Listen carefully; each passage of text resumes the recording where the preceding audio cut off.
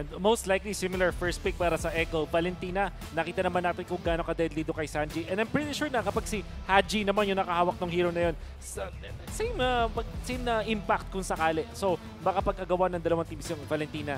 Isa sa mga note ko lang dun sa nangyaring draft kanina for Blacklist International, hindi lang talaga, nasobrahan sila sa paggawa ng Joy Plus na back siya na nakadepende dun sa damage over time. At hindi siya ganun ka gandang combo with Kaja. Always remember, kapag Kaja yung pinili mo, mas maganda burst yung kasama nun para under the duration na meron ka nung ultimate, nung Divine Judgment, makakakuha ka ng kill.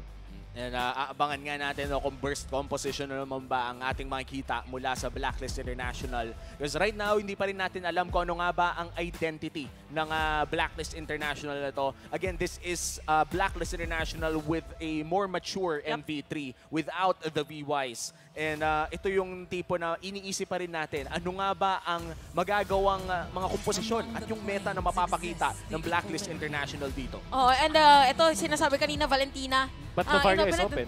Novaria is open, yes. So pwedeng palitan yung gagawin. Although pagdating dun sa late game, depende rin pa rin dun sa mga heroes na makakopy probably ng Valentina. Yeah. Sino bang mas magandang kuhanin first pick? Para sa akin, Novaria eh. Novaria. Pwede. Kasi yung layo niya kasi, yung Valentina hindi ka makakuha ng, hindi mo makakopy ulti ni Novaria kasi laging either nakatago or sobrang lalim.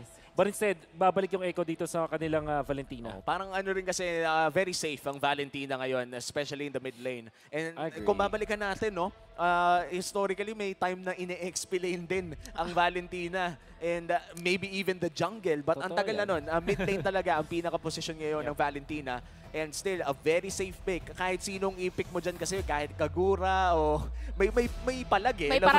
May paraan. Magagawa niya lagi ng paraan kahit sino nga kaharap niya na hero eh. Yep. So ngayon, nabina ni si Kaja, Blacklist, pwede yata sila kumuha ng Franco. Uy, nag-Martis agad. Uy, Martis agad, wow. So, inadapt nila agad. Comfort pick to ni Sensui back in his Onyx Philippines days. Very interesting na inadapt ito ng Blacklist International. Okay. So, kailangan ng lockdown pa rin dito ng Echo. Baka kunin na nila yung Cho ngayon. But, of course, the Joy is open. And yung Bruno, baka hindi na i-consider dito ng Echo. Dalawa kasi yung pang-dive. So, ito pa rin yung Bruno. So, ino-open pa rin nila yung, di ba, nabagit natin si Franco, si Cho. So, pwede pang option dito para side ng Blacklist, which is, by the way, meron din mga players na comfort din. Si Cho, particularly si Rene J. So, pwede siguro kumuha na ng magmamarksman na sila kasi baka iban ng Echo yung mga... Ubusan eh, no? Oo. Although Pakito is open, na-prove natin kanina na pwede naman against the Joy sa laning stage. At Pakito ay perfect versus the marksman, di ba? Parang yung Bruno na ito yung Joy baka kaya pang patumbay ng isang Bruno, pero yung Pakito kasi sobrang instant ng burst niya. At medyo nagme-make sense siya dun sa heroes dito na iba pa ng Blacklist. And ito na nga, lumabas na nga ang Pakito na nabanggit mo. Ito yung Pakito ba na Lethal Ignition? Na... ito yung nakakainis eh. Kaya ako nabanggit kasi nakakainis. Very specific pa nga eh. Pagkatapat mo kasi yung Pakito na naka-Lethal Ignition, parang wala kang palag. Level 2 bigla. Level 1 pa nga lang. Sasapakin ka na ng 2 beses eh. That's right. Baka nga, alam mo, especially though pag XP, usually consider mo na medyo ng mga Brave Smite, medyo magko-control ka. But knowing their composition na pang burst, baka man dun nga siya sa bakit natin expect, di ba? Baka Lethal Ignition. And yun nga ang kagandahan ng emblem system ngayon. Right. Depende sa gusto mong gawin. If it's burst, it's Lethal Ignition. Kung gusto mo ng konting control, katulad na lamang ng sinabi ni Wolf, ay pwede mong kunin ang Brave Smite. And naalala ko pa nung bagong labas ng emblem system na revamped ay napakalakas ng Brave Smite. I think it was at 5% per ability cast. Pero ngayon binabaan naman na nila ng 4%. So pinahina ng bahagya para tapusin ang ating banning phase dito. Puro XP lane ang tatanggalin ng Blacklist International. Meanwhile, Echo tatanggalin ang mga suppression heroes, pati na rin ang Brody. Open pa yung Beatrix na baka mag-resolve sa comfort itong Blacklist International. Isa sa mga OHIP special. At meron kasing sniper, so at least makakapag-lane ka dun sa may Bruno. Eh, syempre yung clip maganda pa rin overall. Pero knowing na ganun yung naging effect nung game number 1, baka bumalik sa comfort na lang itong Blacklist. Para regardless kung worst case scenario, kaya nila nga paraanan. So para ngayon sa Blacklist, yes, Or pwede nilang hindi mo na ulit i-reveal kung ano yung marksman nila. Para yung picks tama. din ng Echo, hindi masakto doon. Pero Beatrix, Ayan na. comfort. Eto na. Nagbabalik ang Filipino sniper with his signature pick. At panigurado, lahat ng mga agents na nanonood ngayon ay excited nang makita muli si Oheb on his signature pickup against a, sabihin na lang natin, meta marksman ngayon in the hands of the Bruno. Pero para tapusin, dalawang comfort picks din sa kabila ng Echo. JP Cho and Sanford, of course, with the Yusong, perfect dun sa may Beatrix. At na-confirm din natin na jungle yung Joy for Echo. And Blacklist, ang kanilang kulang na lang ngayon is either Roamer o kaya yung kanilang mid lane. Novaria ay open pa rin. I wonder if i-consider na Blacklist. Kaso nga may Joy tsaka may Yusong, so baka hindi siya ganun ka-komportable. So baka isang protector na lang kunin ng Blacklist for their roam kay Rene J. Siguro... Kufra. Kaso maganda siyang gayahin nung IMU. Valentina nga eh. Oo, parang Only- dalawa yung magiging crowd control. Let's see kung ano nga ba ang kukunin ng Hitman this time around. Siguro. At ayun na nga, Kufra. Kufra pick para kay Rene J. At dito na nga nagtatapos ang ating drafting phase. We have burst damage na nagmumula sa Blacklist International. And for the side of Echo, meron naman silang mabilisang rotations with the Black Dragon form. Ano ba pwedeng abangan in the early game? Ang kailangan natin tingnan dun sa early game is paano gagamitin yung Cho plus na Valentina, which is sobrang bilis ng pag-clear nila. Expect ko yung Valentina magsa-start sa XP lane, tapos yung Cho i-clear yung may mid lane para level 2 agad siya at na ma-take advantage nung Cho yung kanyang Shun po at maging active. Martis versus the Joy, tingin ko Martis pa rin nata yung mas mabilis when it comes to jungling. So kailangan i-activate ninyo na ito na Blacklist. Hindi sila pwede maging idle sa game na to. At minsan nga nakakita din tayo talaga na nililish pa ang Joy. Pero ito na nga ang simula ng second game of this match. This is the compositions of Blacklist International and Echo. Makikita natin na talagang comfort ang usapan this matchup. May Beatrix at Paquito laban sa Cho at pati na rin ang Yuzong. Pasok na tayo sa ating Land of Dawn. Kapag nanalo ang Echo dito, it's going to be a sweep. Pag nanalo ang Blacklist, may Game 3 pa tayo. Kompletos recados din yung lineup ng Blacklist International dito sa laban natin. At ito na yung sinasabi kanina ni Wolf na sa may mid, mag-clear muna yung post 5. Yep. So si JP nasa may middle lane. So very different naman sa ginagawa din ng side ng Blacklist International. Kasi si Rene J, inaaurahan, pinipigilan. Alam niya mas mabilis yung Martis bakit hindi? Yep. At pwede niya nga i-take advantage. So maganda yung ginagawa dito ni Rene J to kind of stop Carteezy. Pero tingnan mo yung tinawag ni Carteezy. Tinawag yung dalawang Call for tropa backup. para may Cyclone Eye. Naku po. Ayan na yung tropa. Oh. Ang kinagandahan na napilitan na gamitin yung flip. Ay, hindi pa rin tinatantanan na probable first blood. Ay, nako! Para dito kay Carteezy, napakalayo ng kanyang pinuntahan. But still alive. Ito na yung pangalawang agimat moment para kay Rene J. Dami si Rene J ngayon Oo nga, parang naghahanap talaga ng mga malapalos na galawan eh. Road to Panday. Tama. Madulas ba si Panday? Hindi, may agimat siya eh. May agimat. Okay, hindi. Meron, di ba? Tama, parang. Ang tunay na tanong, Chantel, sinong Panday na yung naabutan mo? Si FPJ yung tumatak sa isip ko, sorry. Patay Para si tayo dyan. FPJ, Rene J. Oh. Tama, sige. Tama, the Hitman. Diba? And right now, though, sa mga emblems natin, may mga napapansin ba tayong mga kakaiba this time around? Unfortunately, hindi ko nakita yung mga emblem natin. So maybe later, pag napakita ulit, makakatch natin. Okay, so may iwan dito ginamit na ng Petrify. Ay, nako. First blood para dito kay Sensui. At parang kanina lamang ay nakakita tayo ng Martis na nakakuha ng early. Ngayon naman para sa Blacklist, iyon ang nangyayari. Yep. It's Sensui taking the first kill. At ito naka-impure rage si Kuya. Iba naman, no? Anong ginagawa ng impure rage kay Martis? Well, every 8 seconds meron kang magic damage. So yun, ito, spammer naman din talaga itong isang Martis. So siguro doon siya nag-bank on na lang. Killing spree, of course, gives you the weight para mag-run down. Dire-diretso yung kills mo. But pinili ni Sensui yung pokes. Mas pinili niya dito pero siya ata ang una mabubuo. Wow! Carteezy with that secured turtle at may pilitan na lang umalis ang side ng Blacklist. Patay din si Sensui nung moment na yon. Grabe yung ginawa ni Sanford doon. Yep. Ganon ang XP lane. Dinadigard. 3 yung napetri. Yep.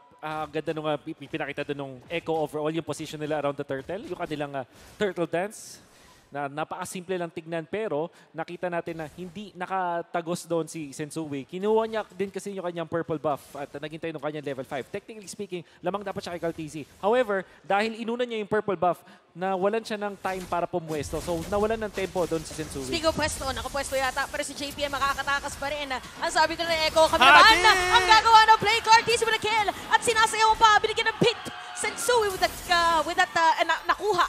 Grabe naman yung damage na nanggaling doon kay Benny Cutie. Kung Grabe. titignan natin yun, early game pa lang. Oo. Hindi ba dapat mid-game pa masakit yung Bruno, Wolf? Nakita natin kasi nasulit yung Wave of the World. Or I think iba na yata yung tawag doon parang World Worldy. 2, hindi, joke lang. World iba na yung tawag pala, doon no? Bruno World Tour. Oh, Bruno Bruno World. World Tour, kumbaga. Si Bruno Mars na pala yung inactivate. Exactly. Yun yung nangyari dun sa Blacklist. Nasulit yung ulti ng isang Worldy. Bruno. Worldy. Worldy. Yan, nagbago na. So, dahil dalawa yung nagpapasahan, nag-volleyball sila doon, sila yung nayari. Ayun na, eto, dito, speaking of pasahan, may bola din para nagamit ang flick, ang Aray. Purify. At kita niyo na agad yung damage ng mga players natin. Oo, ayun na nga, asintado pa rin si Oheb, can confirm, nakita na natin. Pero dito sa may bandang baba, si Edward, in a 2v1, may shield na nanggagaling sa left hand. Pero mukhang si Sanford ay papasok na naman. Here comes a Chai Energy, pero ma-outplay yata ni Edward! Agent Zero with a 2v1 outplay! Dalawa, yung katapat niya doon, but still alive. Talagang hindi makakwestiyon ang mastery of Edward Grabe. pagdating sa Pakito. Tiniis niya. Lahat na, Grabe. subok na ng panahon, lahat ng mga training, init at lamig sa ilalim ng tore ng moment na yon. May kanta pa, may Eye of the Tiger pa doon. Ito, nasa eye muna tayo ng turtle dahil ito ang pag-aagawan ng ating mga players. Pero sipa na ipalayo na agad. Kaya naman pala, kasi si Carteezy nandun din para sa retribution. Siya na lang muna magiging bait at hindi babayag ang blacklist na hindi makakakuha ng isa. JP para sa Turtle, sulit ba yun, Wolf? For sure.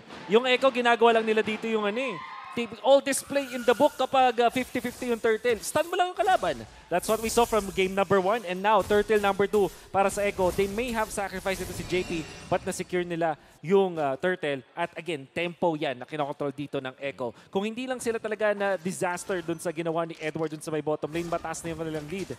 As it stands though, NJ. Si Benny Cutie yata ang magiging target nila doon. Pero alis na muna si JP nandito na rin.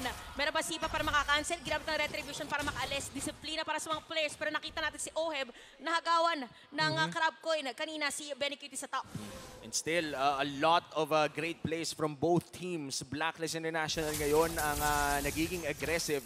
Pero ang Echo, hindi naman naglalayo ang gold lead natin. At sumasakit pa mas lalo si Carteezy. Pero hindi niya maabutan ang patakas na si Haji. Grabe si Carteezy. Parang pag may ulti, automatic agad na pwedeng gamitin. So more on clearing na minion wave ang ginagawa ngayon ng Echo. But for Blacklist International, itong kinagandahan, meron ng Blade of Despair, si Oheb. yep. They can activate ito ng si Oheb. Looking at their lineup, wala sila nung parang hard lockdown like Franco, Kaljan, typical na pinapares dito sa may Beatrix. Pero meron sila nung AoE. So I wonder kung paano nila i-activate itong si Oheb. Hindi rin sila makapag-push dun sa may top lane kasi Benny Cutie, ang ganda nung ganyang pag-establish or pag-hug ng kanyang tore. Okay, may nagpapanggap po. Oy, no! Ayan na yun! Huli na nila. Sensui is down at hindi na makakapag-backup pa ang mga players dito ng Blacklist International. Parang pag naubos yung Mortal Coil mo, kakabahan ka na talaga, no? Kasi pwede ka na ulit ma-crowd control. Redward, napakasakit. Wrong prediction mula sa Filipino Sniper. Pero still, kailangan na mag-back dito ni Sanji. Okay, so mukhang si JP, inaaral niya rin yung Sensui instincts kasi yung move nila doon sa may top lane kanina, na-dodge yung Shunput, yung kanyang stomp gamit yung Mortal Coil. Pero nung second time na ginawa yung Mortal Coil play ni Sensui, na-timingan na niya at nasipan niya afterwards. Yup, and ito, sobrang bilis din na makakapwesto dito ng side ng Echo at makikita naman natin na hindi na makakapag-contest pa. Carteezy with that retribution and the ultra fast na kill para dito kay Carteezy after taking an objective. And right now, no, makikita talaga natin that despite Blacklist International making plays around the map, Echo pa rin ang nakakalamang with a 2K gold lead. And in fact, meron pa nga silang late game insurance dito kay Benny Cutie. As it stands para sa Echo, naiwan pala din sa kusina ito si Cartesi. Ito na yung kanilang insurance policy, technically speaking. Kasi nag-invest sila ng 2 beses dun sa may turtle kung saan si JP ay napatumba. 3 deaths na onto JP. Pero dahil dun sa pagiging sacrificial niya, nagkaroon na ng time si Cartesi na magkaroon ng enough na damage. And with Lethal Ignition, Jungle Joy, masakit to. Oh, ito masakit din. By the way, yung naging damage siya dito kay Rene J. Pero ito ang kinagandahan for Blacklist kasi yung mga suntok na Edward, di ba kanina munti ka na siya makasecure ng kill. So probably yung kanilang inaantay. Haji! Petrify! Pero Saji still alive! Wow! Tasakto sipa naman pa rin yung kay Daddy JP. Pinato ng bola, very cute with a kill. JP, mala FWD Insurance, expert wingman. Ang nakita natin na moves mula dito kay JP with that kick. Pagkalabas ng kadita, nasipa pabalik. Parang na-timingan. Grabe yung understudy ni Sanji. Pwede siyang mag-purify anytime during that combo. Pero alam niyang buhay siya. Pero tayatang bawin na side of Blacklist, sakto. JP ka na makukuha, pero Sanford ginamit na ang Dragon Form. May pilitan mag-flicker out at sa may bottom lane, kukuha naman ng Torres si Edward. Nandun si Cartesi para dumepensa and still para sa ating mga teams, paingat na muna sila. And 9 minutes in, may kalamangan ng Echo, almost a 2K gold lead. Pero wala pa masyadong napupush ang parehas na kupunan. In fact, palabas na yung Lord, 2 tore pa lang at ang bumabagsak sa buong game na to.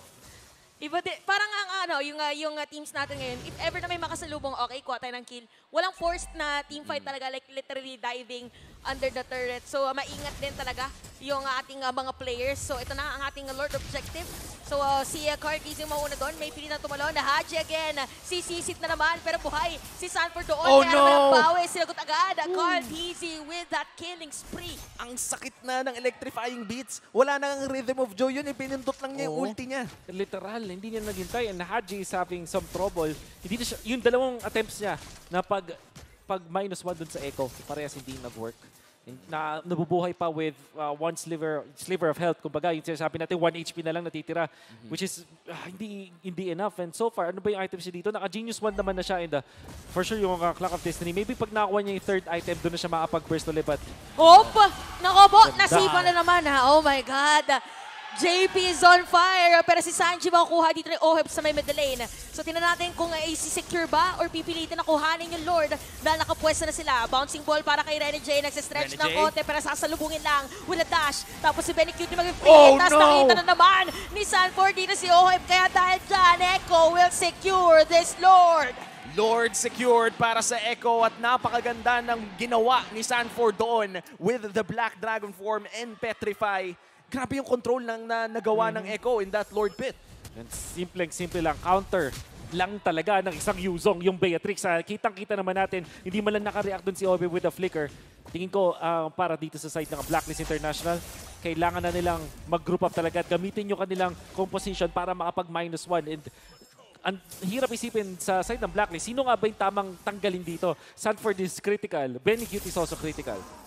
And right now, meron ng level 1 Lord na nagmamatcha dito sa may bandang ibaba. Good news for Blacklist International. Meron naman silang wave clear para tunawin ng Lord na to. Pero mukhang si Rene J naghahanap ng play. Hindi niya mahahanap si JP. Pero mukhang madedepensa naman nila ang Torre dito sa bandang gitna. Napaka-importante pa rin talaga ng Torre sa may middle lane kasi yung pwedeng control nila. So ayaw nila na mas lumiit pa yung control na meron sila. At nandito may nakaready na naman para side ng Blacklist. Mabilis lang nila madedepensahan. This is Beatrix. Yep. At kompleto pa rin naman. And this is level 1. No. And makakita tayo ng 5-man rotation mula sa Blacklist. In the mid lane ngayon, Sensui looking for a play pero mukhang kailangan na mag-flicker palayo. Edward still looking for it. Rene J! Oh, napakagandang sipa na naman. Tapos meron paglangoy pa rin ito kay Haji. Makakatakas sa mga players ng Blacklist at aalis na lang muna ang Echo. Very commendable play mula doon kay JP. Parang maganda na ginawa doon ni Rene J. Kaso hindi naka-abante doon si Oheb. Naharang siya ni JP and of course the rest of Echo. Super good initiation coming out from Rene J. Wala nga lang talagang follow-up because Echo knows. Ang kailangan nilang gawin, pigilan si Oheb na mag-deal ng damage. And Oheb right now still 2-1-1 despite na the counter pick nga na nakikita natin mula kay Sanford. Okay naman ang nakikita nating laro mula kay Oheb but still Blacklist International is struggling with a 4K gold lead sa kamay ng Echo at si Cartesi perfect game kasabayan ni Benny QT so far. Oo nga, no, 3-0-3 pala parehas. Tsaka yung ano dito, yung play ni Carl Easy, kung mapapansin natin talaga, ayan, sasabihin pala natin na nagpo-front na. Tatlong dinaan yung mga players from Blacklist International. And look at that, yung Blacklist, parang same with game number 1, medyo naghahati-hati ulit sila dun sa possible gold sana nila. Nandito nahawakan ng Echo yung macro ulit dahil lang dun sa mga sacrifice ni JP. And of course, yung perfect game nga na nakita natin dito mula kay Carl TZ. Na sa-sacrifice yung mga deaths doon kay JP na 4 deaths na ngayon pero kitang-kita natin na nag-pay off talaga yun para sa Echo. Maganda yung start para kay Carl TZ. Bilang isang roamer, nag-gigit ka naman ng gold naturally. And if you're looking at yung kanyang counterpart na si Rene J na 0 deaths sa ngayon at may 2 buong item na just 1 or 2 minutes ago, parang kahit pa sabihin mo mas maganda yung stats ni Rene J, yung impact plays na yung naraptan natin kay JP. Oh, speaking of, gumawa na play against JP. Nakabawi na si Rene J nung moment na yun at nakapag-deal na rin ng damage. Wow, ang ang sakit! International, ang sakit na rin ni Edward. Take note, nakasira din siya ng Torres sa may top lane. Pero sabi ni Carl TZ, dadaan si Silip lang, mag-face check Carl natin. This is TZ! Carl TZ with a double kill against Blacklist International. Woo! How do you even explain that? Literal na nilakaran lang yan. Nakita niya, after nung 2 dashes niya, naramdaman niya na siguro nandun sa bush. At na sulit pa niya, 2 yung nakuha niya doon. And you have to also give it to Sanji. Yung poke, na paggamit niya sa Valentina bilang poke, na force agad yung ulti, yung passive ni Haji.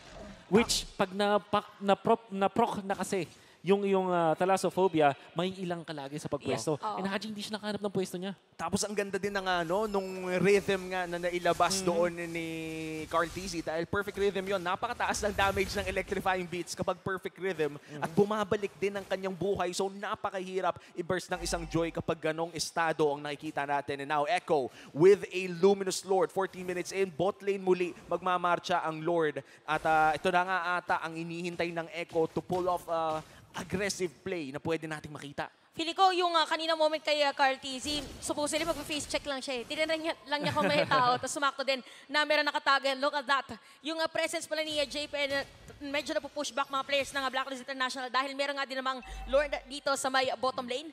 So Lord will march in at dedepensahan ng Blacklist International. Maagang paggamit ng Black Dragon form. Si Sensui medyo naaarayan. Tapos aalis na lang muna sila. May play na naman at pinaka-target niya is gonna be Haji. Papasok dito si Rene J pero Torre gusto kuhanin. At dahil dyan, JP is gonna be down at madedepensahan muna ang Lord. Nakakuha ng panibagong buhay doon si Haji at hindi naging sapat ang oras ng Echo para makapitas ng isa. Pero still, mission successful with that inhibitor in the bot lane. Napigilan dun yung combo na gustong gawin dun ni JP with the Way of the Dragon.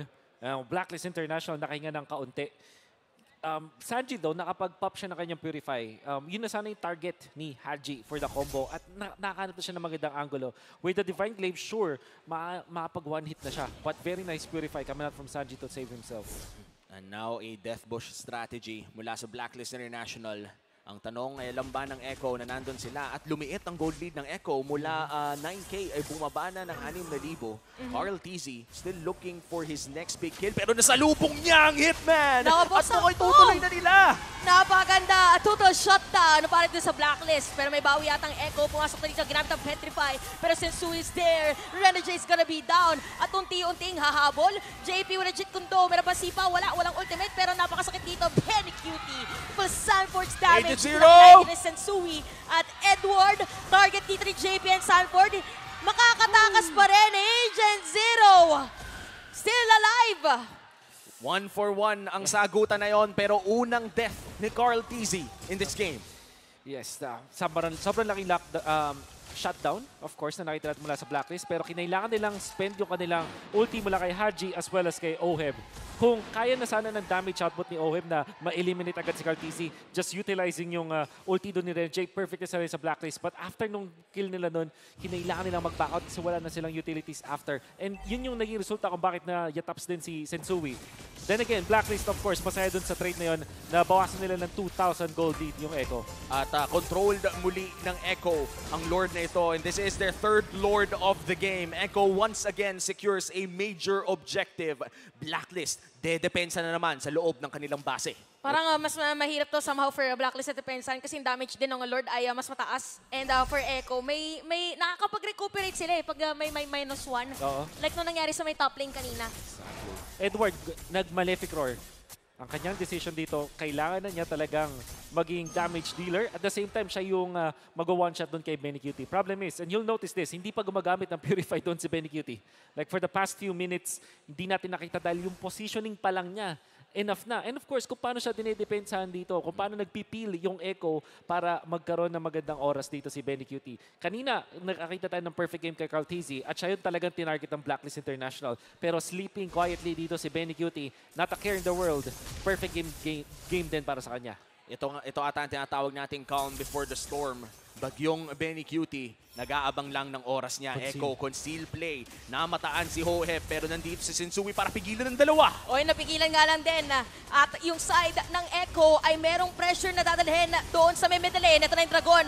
Nahila lang din. May gagawin na plays lahat. G, mawala ni Immortality dito. Corn, TC, sakto sa suntok ni Agent Zero. Habang si Benny-QT magbabato lang ng mga bola. At Blacklist International makakadepensa pa rin. Another major defense mula sa Blacklist International at palapit na ng palipit ang ating mga items. In fact, lock build na parehas ang ating mga gold laner. Exactly. So, two things na gusto ko i-comment. Number one, good chemistry ni Edward tsaka ni Haji. Kitang-kita mo na yung communication nila na once nakita nila si Cartesi, kaya nilang eliminate. Second, Rose Gold Meteor para kay Oheb. Kaya siya nag-survive dun sa talon noon nakita natin dun sa Yuzhong. Very commendable itemization mula kay Oheb. Ito na yata yun, parang for Blacklist ngayon, unti-unti nilang somehow dire-decipher kung ano ba yung inilatag sa kanila na Echo. Pero medyo napalayo nga lang nasipa doon. Medyo delikado yata para sa ng Echo. Pero hindi, buhay pa rin dito si JP. At meron ding Immortality. Habang yung Dragon ay humahabol na rin. Si Sensui ang target nila. Still has the Immortality. Mag-charge doon. And Edward, Agent Zero sa may batalikod. Killing na para dito kay Oheb. Pero yung World D from Benny-QT ay napakaganda rin. Nagkakalapit na nga ang mga mundo. Blacklist and Echo. Yung mga team fight natin, wala nang one-sided. Yep. Lagi nang may exchange. At this time, nakikita na natin na masakit na talaga si sniper ni Beatrix na coming out from Oheb, the Filipino sniper. And of course, si Haji na ngayon with the items, confident na siya na kaya niya mag-burst with this combo. And Sanji, napa-overstep dun sa laban na yon. Big props to Oheb as well, keeping himself safe nung nag-go na doon si Sanford. At this point kasi bilang Yuzhong, kaya mo ring i-one-shot si Oheb. So nagpapagalingan na yung dalawang team sa atin. At ito ang unang Lord na makakalapit ang Blacklist. Make or break para sa mga agents. Sila magsisimula ng Lord na ito. And this is an Evolved Lord. 20 minutos na ang larong ito. Carl Tizzy nandun sa may bandang gilid kasama ni JP. Pushing na rin ang may bandang ibaba, kaya protektado at may oras pa naman ng mga agents. Pero si Sensui ang nahuli! Saktong-sakto, hinatid sa mga kakampi! Sensui is down sa kamay dito ni Sanford at ito na yatang inaantay. Grabe, parang hinatid lang, hindi alam na merong pwesto or nakatao doon. And the Echo might secure this Lord. Pero nakapwesto pa rin ang mga players ng Blacklist International. Possible 3v5 scenario. Sanford, hinahanap si Oheb. Lilipad, babalik. Edward, pinoprotektahan si Oheb. Pero Renny J, tatakas ata dito. Nagamit na rin ang rough waves. Nagamit na mga ultis. Na-reset din ang Lord. Pero hindi pa rin na-atras sa mga players. Tinatry yatang antayin na mabuhay dito si Sensui. Pero sa Echo, Cartesi will secure that Lord at sumama pa na isa. Patay na rin dito ang Sirena at mamipilitan na tumakas pa. Free para kay Cartesi, si Edward at Oheb ang katapat niya. Edward Oheb versus 5 Orcas marching in the mid lane. Hindi na ata nila antayin pa ang Lord pero buhay na rin naman si Sensui. 3v5 scenario. Pwede nang tapusin ng mga Orca to, maliban na lamang kung may milagro ang Blacklist International. Pwede dumabensa dito si Oheb, meron minion wave sa may top lane, meron din sa may middle lane, lahat ng pressure ay pwede na maramdaman. Nasiba pa nga dito, si Agent Zero makakatakas ba? Mukhang hindi na dahil sakto lang din naman yung bola tapos yung minion wave nandito na. And for our series win, Echo! That winning moment is brought to you by our official sponsor, FWD Life Insurance. Echo ang magiging unang panalo sa Season 12 ng MPL Philippines with a 2-0. alam na natin, nararamdaman na natin yung Blacklist International na nakabawi dun sa laban na yun. However, the way na hinawakan nila yung Lord dun sa dulo, Sensui, hinatak yung aggro ng Lord, papunta dun sa isang long bush dun sa may top lane. Hindi niya alam, dalawa na pala yung nandun at nandun pa si JP. Easiest way of the dragon of his life. Parang hinatid lang talaga yung kalaban niya dun. And Sensui already utilized yung kanyang Mortal Coil. So, wala siyang way para makalabas dun. Alam mo, napakaganda nung term na sinabi ni Wolf na parang pinapadaling tignan or nagmumukhang madali yung mga bagay doon sa mga setup ni JP kasi pag bigla siya nagsiset, magugulat ka na lang, oh, okay na, nahuli niya yung isa sa pinaka-importanting player na parang hindi siya risky play pero kung tutusin, risky play siya. And that is just the beauty of having very aggressive players inside Echo's roster. But yan na nga, nailista na, nataga na rin sa bato ng Echo panalo. Pero palakpakan pa rin natin ang Blacklist International with the comeback of MV3 and the debut of Sensui in the roster.